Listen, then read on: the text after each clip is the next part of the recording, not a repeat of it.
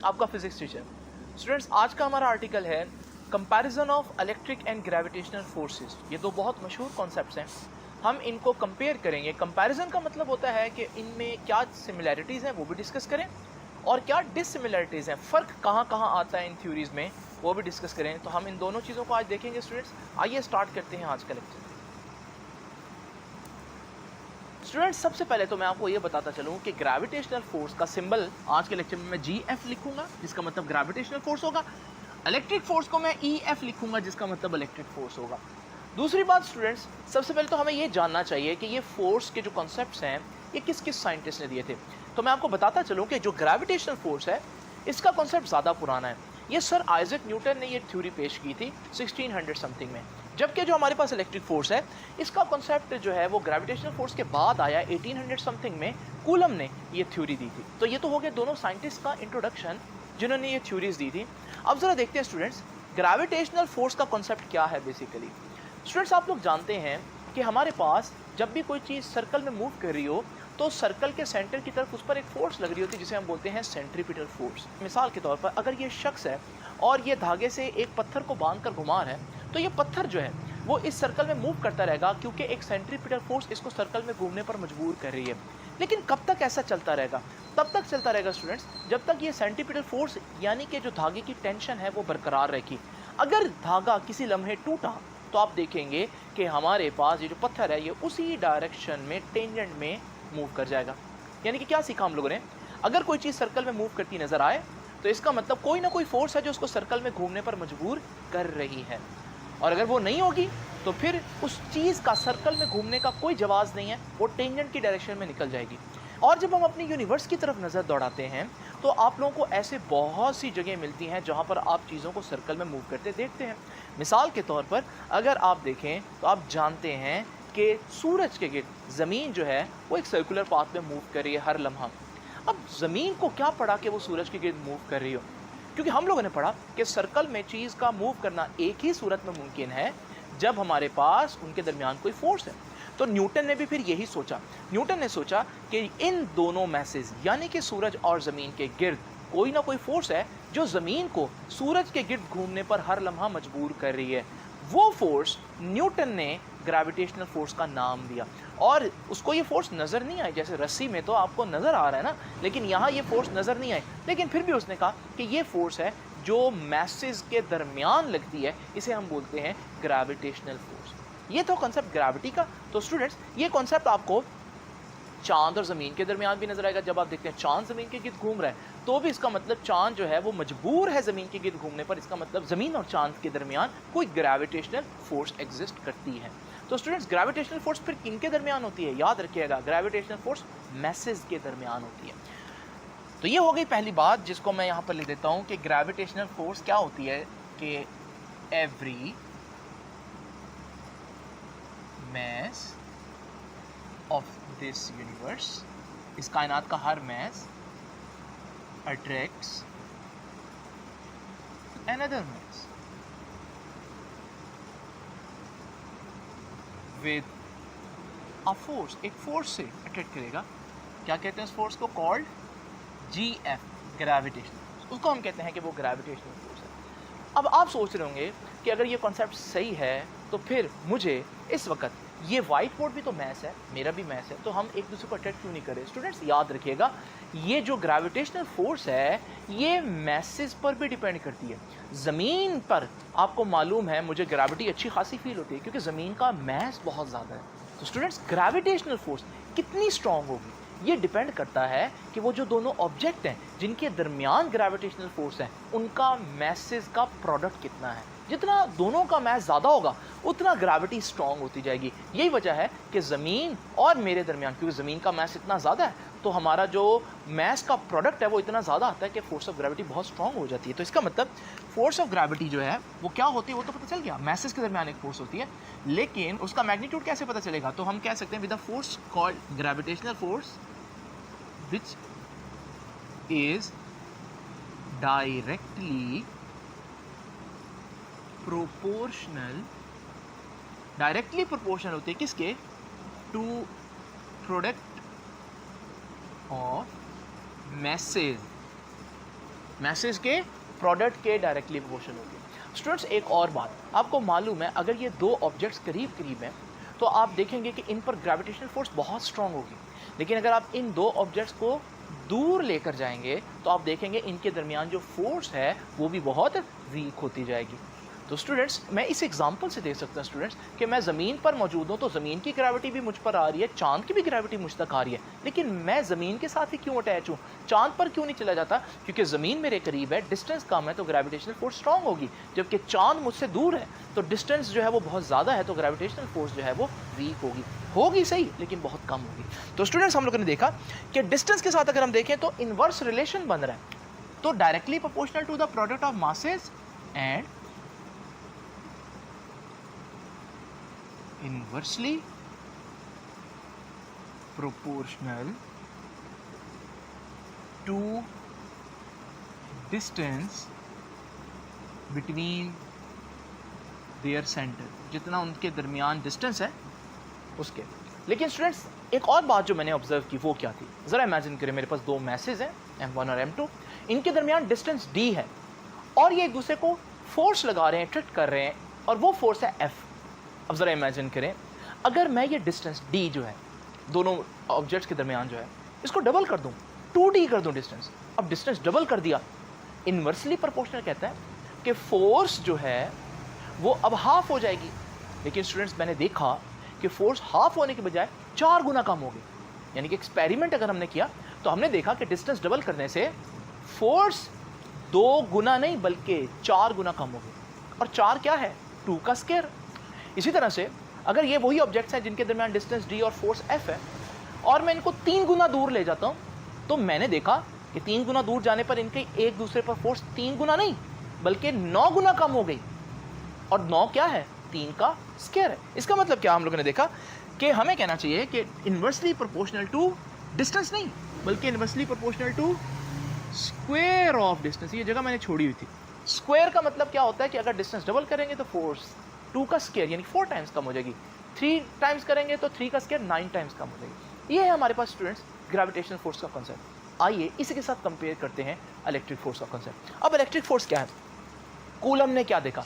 Coulomb ने देखा जिस तरह मैसेज एक दूसरे को अट्रैक्ट करते हैं बिल्कुल इसी तरह से अगर हमारे पास 2 चार्जेस हों तो वो चार्जेस भी एक दूसरे को अट्रैक्ट या रिपेल कर सकते हैं, यानी कि चार्जेस भी, चार्ज बॉडीज भी एक दूसरे पर फोर्स लगाती है। और ये भी आप लोगों को कई एक्सपेरिमेंट्स में मैंने आप लोगों को बिल्कुल स्टार्ट में दिखाया था। अगर हमारे पास एक पीवीसी पाइप है और उस पीवीसी पाइप को मैं किसी तरह से चार्ज कर दूं रब करके, और जब मैं इसको कोक के कैन के करीब लेकर आता हूं तो कोक का कैन इसकी तरफ भागता है, या मैं इसी पाइप को अगर वाटर की एक स्ट्रीम के पास लेकर जाऊं तो वाटर की स्ट्रीम भी उसकी तरफ भागती है। ये कौन सी फोर्स है स्टूडेंट्स? ये इलेक्ट्रिक फोर्स है, चार्ज बॉडीज के दरमियान फोर्स है। तो स्टूडेंट्स याद रखिएगा चार्ज बॉडीज जो हैं वो जो एक दूसरे पर फोर्स लगाती हैं उसे हम बोलते हैं इलेक्ट्रिक फोर्स। तो हम सबसे पहले क्या कहेंगे, जिस तरह से वहां पर कह रहे every mass attract the other mass, तो यहां पर मैं क्या कहूंगा? एवरी चार्ज्ड बॉडी अट्रैक्ट और रिपेल अदर चार्ज बॉडी। तो ये चार्ज बॉडी के दरमियान होता है। और इसमें भी वही बात है, फोर्स को पहले मैं नाम दे दूं विद अ फोर्स, एक फोर्स लगाते हैं एक दूसरे पर with a force called EF। EF stands for electric force. ये इलेक्ट्रिक फोर्स कितनी ज़्यादा या कितनी कम होगी ये भी डिपेंड करता है कि चार्जेस का मैग्नीट्यूड कितना ज़्यादा या कितना कम है। मिसाल के तौर पर ये मेरे पास 1 कूलम और 1 कूलम चार्ज है तो आप देखेंगे इनके दरमियान फोर्स ऑफ अट्रैक्शन बहुत कम होगी। लेकिन अगर मेरे पास 4 कूलम और 4 कूलम चार्ज हो तो आप देखेंगे अब फोर्स बहुत ज़्यादा होगी। तो हम लोगों ने क्या सीखा कि जिस तरह से वहाँ पर हम मैसेज की बात करते हैं, यहाँ अगर हम चार्ज की बात करें, जितना चार्ज का मैग्नीट्यूड ज़्यादा होगा उतना हमारे पास इलेक्ट्रिक फोर्स स्ट्रांग होती जाएगी। तो यहाँ पर हम कह सकते हैं फोर्स कॉल्ड इलेक्ट्रिक फोर्स। आगे मैं क्या कहूँगा? Which is directly proportional to product of charges के प्रोडक्ट के डायरेक्टली प्रोपोर्शनल होगी। एंड आगे अगली बात भी देख लेते हैं। इसी तरह से अगर हमारे पास ये 2 चार्जेस हैं और ये चार्जेस एक दूसरे पर फोर्स लगा रहे हैं F, इनके दरमियान डिस्टेंस है d। तो अगर मैं इनके दरमियान डिस्टेंस ज़्यादा कर दूँ, जैसे सपोज करें 2d कर दिया, डबल कर दिया डिस्टेंस, तो यहाँ पर भी मैंने यही देखा कि फोर्स अब हाफ होने की बजाय 4 टाइम्स कम हो गई। इसका मतलब ये भी फोर्स ऐसी है जो डिस्टेंस बढ़ने से फोर्स कम होती है, लेकिन फोर्स डिस्टेंस के स्क्वायर के हिसाब से कम होगी। यानी कि मैं यहाँ पर कह सकता हूँ and inversely proportional to square of distance between their centre. Now students, ये तो हो गया हमारे पास दोनों फोर्सेस की डेफिनेशन। आइए अब जरा देखते हैं दोनों फोर्सेस का फार्मूला क्या बनेगा। अगर मैं इन्हीं बातों को दिमाग में रखते हुए फार्मूला बनाऊं तो ग्रेविटेशनल फोर्स का फार्मूला बनेगा, क्योंकि ग्रेविटेशनल फोर्स क्या है, मैसेस के प्रोडक्ट के डायरेक्टली प्रोपोर्शनल और डिस्टेंस के स्क्वायर के इनवर्सली प्रोपोर्शनल। नाउ स्टूडेंट्स, ये चीज़ हमारे पास बनी। और आपको मालूम है प्रोपोर्शनैलिटी का साइन खत्म करने के लिए हमें कांस्टेंट से मल्टीप्लाई करना पड़ता है। तो यहाँ पर जो कांस्टेंट से मल्टीप्लाई करूंगा स्टूडेंट्स वो है g। g is called gravitational constant. अभी इसका जिक्र करूंगा मैं आपके साथ। इसी तरह से स्टूडेंट्स, अगर हम यहाँ की बात करें तो इसका फार्मूला क्या है, इसकी इलेक्ट्रिक फोर्स है या कूलम फोर्स है। अब कूलम फोर्स जो है वो भी चार्जेस के प्रोडक्ट के डायरेक्टली प्रोपोर्शनल है और डिस्टेंस के वो भी इनवर्सली प्रोपोर्शनल है डिस्टेंस के स्क्वायर के। नाउ स्टूडेंट्स, यहाँ पर अगर हम देखें इलेक्ट्रिक फोर्स, यहाँ भी प्रोपोर्शनैलिटी का साइन आ रहा है। इस प्रोपोर्शनैलिटी के साइन को ख़त्म करने के लिए भी हमें कांस्टेंट्स लगाना पड़ेगा। ये कांस्टेंट है k। तो आप देख रहे हैं दोनों की जिस तरह से डेफिनेशन बहुत सिमिलर थी, बिल्कुल उसी तरह से दोनों के फार्मूले भी काफ़ी हद तक सिमिलर हैं। तो ये तो हो गया दोनों का फार्मूला का comparison.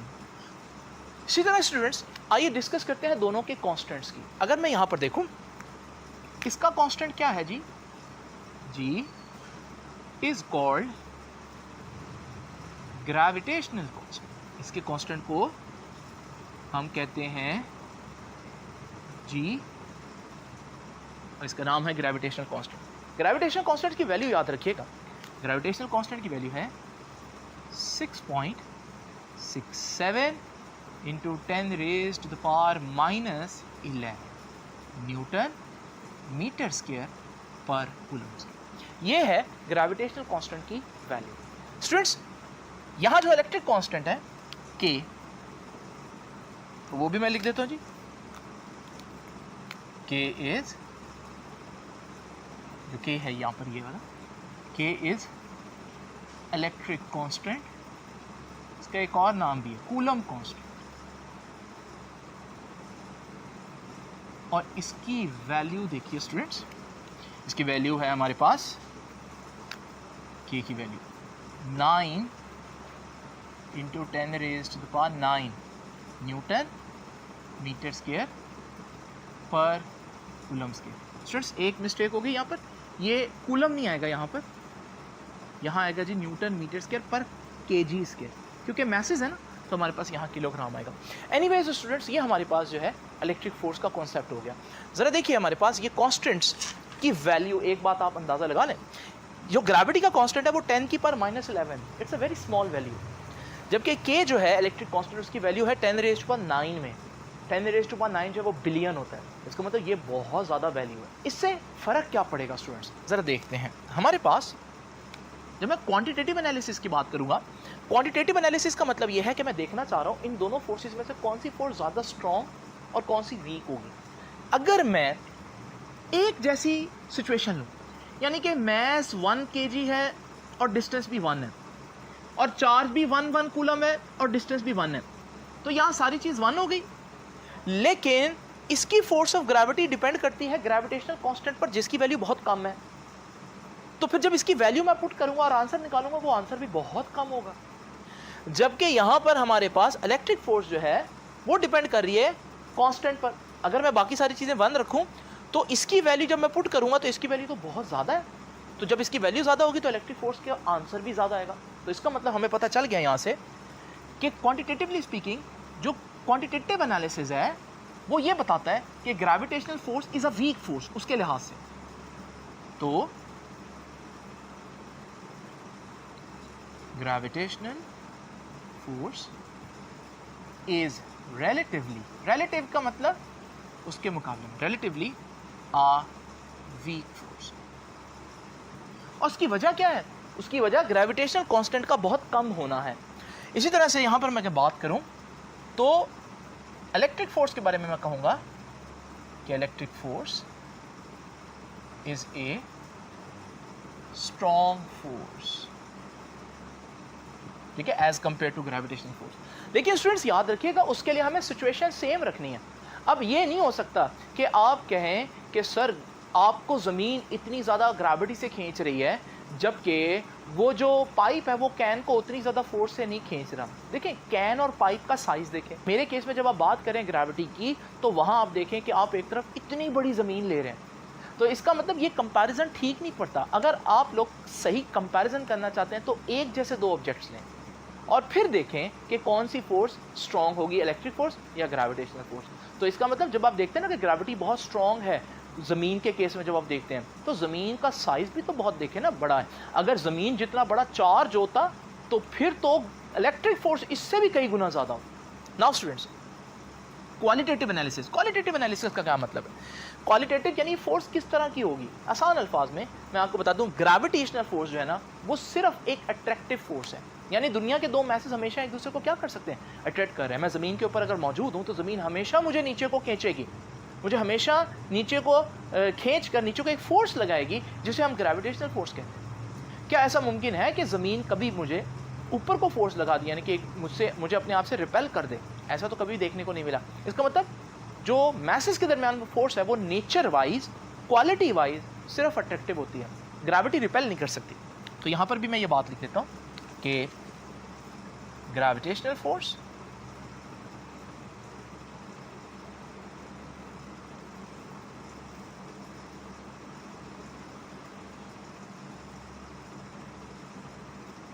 is only an attractive force। Gravitational force सिर्फ और सिर्फ एक अट्रैक्टिव फोर्स होती है, ग्रेविटी रिपेल नहीं कर सकती। इसी तरह से स्टूडेंट्स, अगर मैं उसकी बात करूं, आपको मालूम है इलेक्ट्रिक फोर्स के केस में चार्जेस हैं। अब चार्जेस दो किस्म के हो सकते हैं। अगर पॉजिटिव चार्ज हो तो एक दूसरे को रिपेल करेगा, अगर नेगेटिव चार्ज हो ये भी एक दूसरे को रिपेल करेंगे। लेकिन अगर पॉजिटिव चार्ज हो तो फिर ये एक दूसरे को अट्रैक्ट करना शुरू कर देंगे। तो इसका मतलब ये हुआ कि इलेक्ट्रिक फोर्स के अंदर अट्रैक्शन भी हो सकती है, रिपल्शन भी हो सकती है।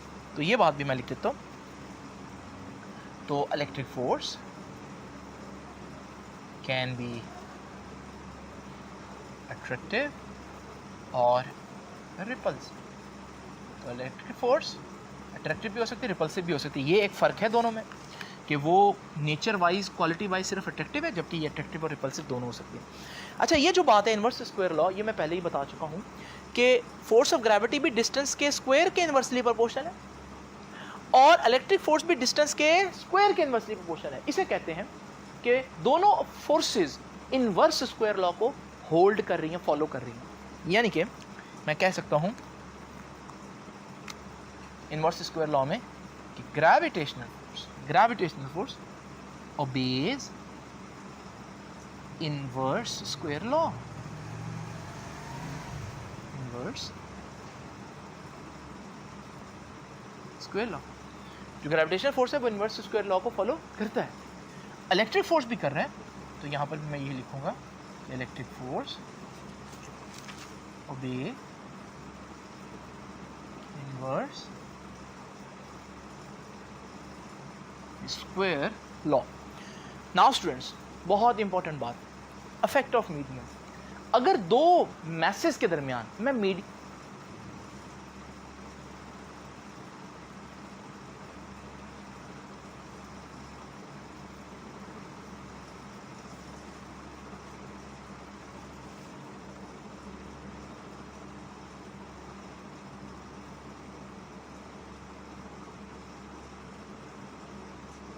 ले आऊं तो क्या फ़र्क पड़ेगा। ज़रा इमेजिन करें, मैं ज़मीन के ऊपर मौजूद हूँ और ज़मीन मुझे अपनी ग्रेविटेशनल फोर्स से डायरेक्ट खींच रही है। अगर मैं ज़मीन और अपने दरमियान कोई बॉक्स रख लूँ तो क्या अब मैं ज़मीन के साथ कनेक्टेड नहीं रहूँगा? अब क्या मैं छलांग लगाऊँ तो सीधा जाता रहूँगा क्योंकि मैंने ग्रेविटी को ब्लॉक कर दिया? नहीं, मीडियम रखने से ग्रेविटी ब्लॉक नहीं हो सकती, बल्कि मैं अपने दरमियान जितनी मर्जी मीडियम रख लूँ, चाहे एक बिल्डिंग के ऊपर चला जाऊँ, अब मेरे और ग्रेविटी के दरमियान एक पूरी बिल्डिंग है, लेकिन फिर भी ग्रेविटी अभी भी मुझ पर उसी तरह एक्ट कर रही होगी जैसे मैं जब उसके साथ डायरेक्ट कॉन्टैक्ट में था तब कर रही थी। इसका मतलब मीडियम ग्रेविटी को या ग्रेविटेशनल फोर्स को शील्ड नहीं कर सकता या उसको ब्लॉक नहीं कर सकता। तो याद रखिएगा इफेक्ट ऑफ मीडियम क्या हुआ कि gravitational force can't be shielded, gravitational force को शील्ड नहीं किया जा सकता। नाउ स्टूडेंट्स, बात करते हैं इलेक्ट्रिक फोर्स की। इलेक्ट्रिक फोर्स को शील्ड किया जा सकता है अगर आपके पास दो चार्जेस हैं और दो चार्जेस एक दूसरे पर 10 न्यूटन की फोर्स लगा रहे हैं। तो ज़रा इमेजिन करें अगर मैं इनके दरमियान कोई मटेरियल रख दूं तो अब इनकी एक दूसरे पर लगने वाली फोर्स कम हो जाएगी। इसका मतलब इलेक्ट्रिक फोर्स को शील्ड किया जा सकता है। स्टूडेंट्स याद रखिएगा, electric force can be shielded, can be shielded. Last बात है स्टूडेंट्स, तवज्जो से सुनिएगा, कंजर्वेटिव फील्ड। कंजर्वेटिव फील्ड आपको याद है, अभी मैं आपको दोबारा याद करा देता हूँ। चैप्टर नंबर 4 में हम लोगों ने फर्स्ट ईयर में पढ़ा था। इमेजिन करें आप ज़मीन के ऊपर हैं, आपको मालूम है कि ज़मीन के गिर्द एक ग्रेविटेशनल फील्ड है। ज़रा इमेजिन करें इस ग्रेविटेशनल फील्ड के अंदर दो पॉइंट्स, पॉइंट ए और पॉइंट बी। पॉइंट ए से पॉइंट बी तक जाने के कितने तरीके हैं? आप पहले पॉइंट ए से पॉइंट बी तक इस पाथ से भी जा सकते हैं, आप पॉइंट ए से पॉइंट बी तक इस पाथ से भी जा सकते हैं, आप पॉइंट ए से पॉइंट बी तक किसी और रैंडम पाथ से भी जा सकते हैं। अगर हर दफ़ा हर पाथ चूज करने पर आपका वर्क सेम हो, जैसे सपोज करें हर पाथ में 10 जूल वर्क हुआ, ऐसी फील्ड को मैं कहूँगा भाई ग्रेविटेशनल फील्ड कंजर्वेटिव है। क्यों? क्योंकि इसमें वर्क जो है वो पाथ पर डिपेंड नहीं कर रहा। आप जिस मर्जी पाथ से जाएं आपका 10 जूल वर्क ही होगा, चाहे आप छोटा पाथ चूज करें चाहे आप बड़ा पाथ चूज करें, पाथ इंपॉर्टेंट नहीं है। Work done is independent of path, work done is independent of path. फिर वर्क डन किस पर डिपेंड कर रहा है? Work done only depends upon the initial point and final point. अगर आपका इनिशियल पॉइंट ये रहेगा, फाइनल पॉइंट ये रहेगा, आप यहां से यहां तक जाते रहेंगे, जिस मर्जी पाथ से जाएं आपका एक ही वर्क होगा। जिस फील्ड में ऐसा मुमकिन हो उस फील्ड को कंजर्वेटिव फील्ड कहते हैं, और ग्रेविटी में ऐसा मुमकिन होता है तो gravity is a conservative field. तो याद रखिएगा, ग्रेविटेशनल फील्ड में हम कह सकते हैं कि gravitational field is a conservative field. Conservative field का मतलब क्या है, लिख देता हूं आगे। दैट इज, इनके मतलब क्या है कि work done is independent, work done is independent of path followed. Work done जो है वो पाथ पर डिपेंड नहीं कर रहा। तो ये है स्टूडेंट्स कंजर्वेटिव फील्ड का मतलब। बिल्कुल इसी तरह से हमारे पास कि इलेक्ट्रिक चार्ज के गिर्द भी एक फील्ड होता है। अगर मैं इस फील्ड के अंदर दो पॉइंट चूज करूं ए और बी, और एक चार्ज को पॉइंट ए से पॉइंट बी तक इस रास्ते से लेकर जाऊं या इस रास्ते से लेकर जाऊं या फिर किसी रैंडम पाथ से लेकर जाऊं, तो भी आप देखेंगे अगर एक जगह से 10 जूल वर्क हुआ है तो हर रास्ते से 10 जूल वर्क होगा। यानी कि इलेक्ट्रिक फील्ड के अंदर भी आप देखेंगे कि वर्क डन पाथ पर डिपेंड नहीं कर रहा, तो कंजर्वेटिव फील्ड ही है इलेक्ट्रिक फील्ड भी। तो यहां पर भी हम लिखेंगे कि electric field is a conservative field. Electric field है कंजर्वेटिव। स्टूडेंट्स, ये है हमारे पास कंपैरिजन इलेक्ट्रिक फील्ड और ग्रेविटेशनल फील्ड या इलेक्ट्रिक फोर्सेस और ग्रेविटेशनल फोर्सेस के बारे में। और आप लोगों ने एक बात नोट किया कि इसमें कुछ कंपैरिजन में सिमिलैरिटीज़ भी हैं, कुछ बातें मुश्तरक हैं। ये भी कंजर्वेटिव है, वो भी कंजर्वेटिव, ये इन्वर्स स्क्वायर लॉ को फॉलो करती है, वो भी इन्वर्स स्क्वायर लॉ को फॉलो करती है। कुछ डिफरेंसेस भी हैं, ये सिर्फ अट्रैक्टिव है, वो अट्रैक्टिव भी हो सकती है, रिपल्सिव भी हो सकती है, और भी ऐसे फ़र्क है। तो स्टूडेंट्स, ये था आज का लेक्चर। आई होप कि आपको ये कंपैरिजन समझ में आ गया होगा। आपसे मुलाकात होगी इंशाल्लाह नेक्स्ट लेक्चर में। तब तक के लिए अल्लाह हाफ़िज़।